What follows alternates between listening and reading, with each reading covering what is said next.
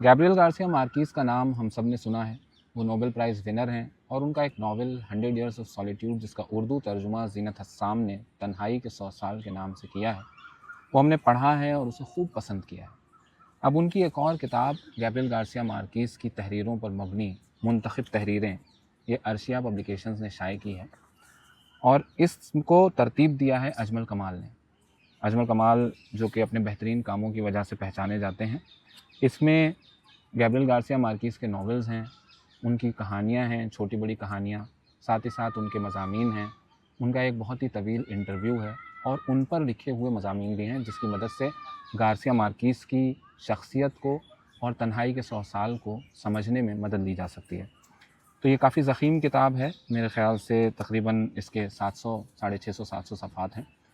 اس کو اگر آپ حاصل کرنا چاہتے ہیں تو اسکرین پر جو نمبر دکھائی دے رہا ہے اس پہ واٹس ایپ کے ذریعے رابطہ کر کے آپ اسے حاصل کر سکتے ہیں۔ یہ لائٹ ہاؤس پبلیکیشنز کا نمبر ہے، اور ایسی ہی کتابوں کے تعارف کے لیے ادبی دنیا کو آپ فالو کیجئے۔